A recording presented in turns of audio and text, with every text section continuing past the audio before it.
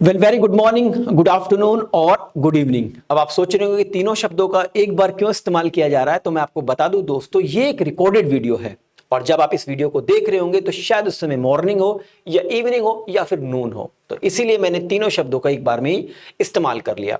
आज की जो ये रिकॉर्डेड वीडियो है दोस्तों, वो है कौन सा ऑप्शनल सब्जेक्ट आपके लिए बेस्ट रहने वाला है। अगर मैं ऑप्शनल सब्जेक्ट की बात करूं दोस्तों, तो नॉर्मली बच्चों के दिमाग में एक सवाल आता है कि मुझे कौन सा ऑप्शनल सब्जेक्ट अडॉप्ट करना चाहिए, चूज करना चाहिए या सेलेक्ट करना चाहिए यूपीएससी की प्रिपरेशन के लिए। और इसका एक जवाब जो हमेशा से हम सुनते हुए आ रहे हैं वो यही है कि जिसमें आपका मन लगे, जिसको आपको पढ़ने में मजा आए, वो ऑप्शनल सब्जेक्ट आप चूज कर लीजिए। देखिए, अगर आपने एमबीबीएस किया है तो डेफिनेटली आपने बायो के काफी सारे सब्जेक्ट पढ़े होंगे। तो बायो के सब्जेक्ट इस ऑप्शन लिस्ट में, जो यूपीएससी की ऑप्शन लिस्ट है, उसमें आपको मिल जाएंगे और आप उसको पढ़ेंगे तो आपको पढ़ने में मजा भी आएगा।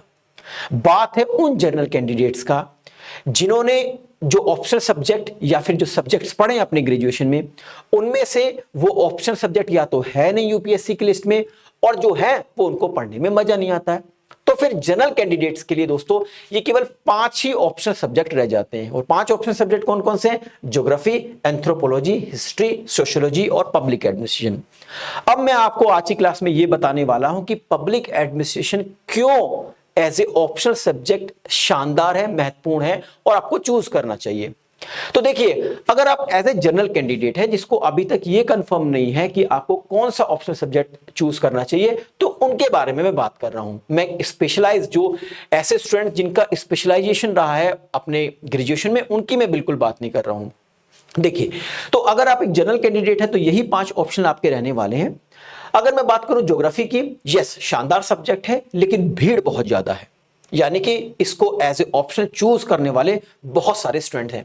तो यानी कि यहां पर आपको बाकी लोगों से शानदार करना पड़ेगा और बहुत सारे फिगर और फैक्ट्स हैं यहां पर। बात करूं हिस्ट्री की, तो हिस्ट्री का सिलेबस बहुत बड़ा है। बात करूं अगर मैं सोशियोलॉजी की, तो यहां पर भी भीड़ बहुत ज्यादा है। तो यानी कि अगर मैं ज्योग्राफी, हिस्ट्री और सोशियोलॉजी की बात करूं, तो यहां पर एक तो भीड़ बहुत ज्यादा है जिसकी वजह से कंपटीशन टफ हो रहा है। इसके अलावा इनका सिलेबस बहुत ज्यादा है और फैक्ट और फिगर को आपको अपडेट रखना पड़ेगा। अब बात करते हैं 2 सब्जेक्ट की, एंथ्रोपोलॉजी और पब्लिक एडमिनिस्ट्रेशन की। इन दोनों का सिलेबस बहुत छोटा है, यानी कि अगर लगभग हम 2 महीने लगातार प्रिपरेशन कर लें, कुछ घंटे डेली बेसिस पर दे दें ऑप्शनल को, तो ये दोनों के दोनों ऑप्शनल तैयार हो जाएंगे। लेकिन सवाल उठता है कि एंथ्रोपोलॉजी और पब्लिक एडमिनिस्ट्रेशन से ही पब्लिक एडमिनिस्ट्रेशन ही क्यों चूज करना चाहिए भाई? अगर दोनों का सिलेबस कम है तो एंथ्रोपोलॉजी ले सकते हैं। यस, अगर आपको एंथ्रोपोलॉजी पसंद है तो एंथ्रोपोलॉजी लीजिए। लेकिन मैं बात कर रहा हूं जनरल कैंडिडेट की, जिनको अभी तक ये नहीं पता है कि which option is best for us, तो मैं कहूंगा कि आप पब्लिक एडमिनिस्ट्रेशन लें। क्यों ले, तो आइए उस पर बात कर लेते हैं। देखिए, कुछ पब्लिक एडमिनिस्ट्रेशन की खूबियां हैं जिसकी वजह से स्टूडेंट इसको नॉर्मली लेते हैं और कम मेहनत में करके वो अच्छे मार्क्स भी ले आते हैं। क्यों? नंबर 1, जैसे मैंने आपको बताया कि इसका सिलेबस बहुत ज्यादा छोटा है। इसके अलावा अगर आप फैक्ट्स को याद नहीं कर पाते तो तब भी आपके लिए शानदार सब्जेक्ट है, क्योंकि इसमें किसी भी तरीके के कोई भी फैक्ट्स आपको नहीं याद करने पड़ेंगे। जैसे अगर मैं हिस्ट्री की बात करूं तो उसमें बहुत सारे फैक्ट्स होते हैं, ज्योग्राफी की बात करूं तो वहां भी बहुत सारे फैक्ट्स हैं, तो वहां से आप बच सकते हैं। इसके अलावा मैं बात करूं पेपर 1 और 2, जीएस पेपर 1 और 2 में भी आपकी काफी मदद करने वाला है ये, क्योंकि काफी सारा पार्ट अगर आपने पब्लिक एडमिनिस्ट्रेशन तैयार कर लिया है तो पेपर 1 और पेपर 2 में भी आपकी मदद करेगा। इसके अलावा दोस्तों एसए और इथिक्स में भी पब्लिक एडमिनिस्ट्रेशन आपकी मदद करने वाला है, क्योंकि पब्लिक एडमिनिस्ट्रेशन में हम बहुत सारे थिंकर्स को पढ़ते हैं। थिंकर्स क्या है ये हम आने वाली वीडियो में आपको बताऊंगा। तो उन थिंकर्स के डायरेक्ट जो कोट है, जो उनके स्टेटमेंट से अगर आपका उनका इस्तेमाल इन एसए में और इथिक्स वाले पेपर में करते हैं तो डेफिनेटली आपको शानदार मार्क्स मिलेंगे। इसके अलावा दोस्तों पब्लिक एडमिनिस्ट्रेशन आपकी नॉलेज को एनहांस करता है, आपकी पर्सनैलिटी को बूस्ट करता है, जो आपकी इंटरव्यू में मदद करता है। इसके अलावा जब आपका फाइनल सिलेक्शन हो जाएगा और आप लबासना में पहुंचोगे तो वहां पर भी आपको एडमिनिस्ट्रेशन तो पढ़ना ही होगा। तो अगर एडमिनिस्ट्रेशन पढ़ना है तो क्यों ना अभी पढ़ लिया जाए, तो तब आपको वहां पर मदद मिलने वाली है। तो ये कुछ फायदे हैं public administration as a option choose करने के लिए।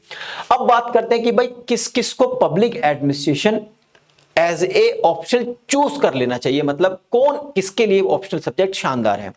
तो देखिए, जिन लोगों को फैक्ट्स और फिगर याद करने में दिक्कत होती है, जैसे मैं अगर कहूं कोई मैप बनाने में आपको बड़ी परेशानी होती है, कुछ फैक्ट्स हैं, कुछ डेट्स हैं, वो आपको याद नहीं होती हैं, उसमें आप कमजोर हैं, तो ये आपके लिए परफेक्ट ऑप्शनल सब्जेक्ट है दोस्तों। इसके अलावा अगर आप बहुत अच्छी आर्टिकुलेटिंग आंसर लिख सकते हैं, यानी पॉइंट टू पॉइंट आंसर लिख सकते हैं, सपोज कीजिए आपको फंडामेंटल राइट्स के बारे में लिखने को बोल दिया, तो बस आपने पकड़ा और फंडामेंटल राइट्स के पॉइंट टू पॉइंट आप लिखते चले गए, यानी घुमा फिरा के आपको आंसर लिखना नहीं आता है, तो भी आपके लिए ऑप्शनल सब्जेक्ट शानदार है दोस्तों। इसके अलावा अगर आपको पॉलिटी पढ़ने में मजा आता है, तो भी आपके लिए ये ऑप्शनल सब्जेक्ट बड़ा शानदार है, क्योंकि मैं आपको बता दूं इसके पेपर 2 पूरा का पूरा इंडियन पॉलिटी है, और पेपर 2 जो पेपर 1 है उसके अंदर कुछ थिंकर्स हैं, थिंकर्स वो जिन्होंने इस सब्जेक्ट को पढ़ने लायक बनाया। ठीक है दोस्तों, इस पर हम बात करेंगे, जिन्होंने इसको पढ़ने लायक बनाए, इस सब्जेक्ट को, इस एक्टिविटी को, क्योंकि एडमिनिस्ट्रेशन एक एक्टिविटी है, एक परफॉर्मेंस है, तो जिन इस एक्टिविटी, इस परफॉर्मेंस को जिन लोगों ने पढ़ने लायक बनाया उनको हम थिंकर कहते हैं। तो लगभग 21 से 22 थिंकर हैं पेपर 1 में, तो उन थिंकर को तैयार कर लीजिए, और पेपर 2 में जो हमारा इंडियन पॉलिटी से रिलेटेड है उसको तैयार कर लीजिए, तो आपका दोनों पेपर बहुत अच्छे से तैयार हो जाएंगे। यानी कि जिनको पॉलिटी पढ़ने में मजा आता है उनके लिए तो ये शानदार सब्जेक्ट है।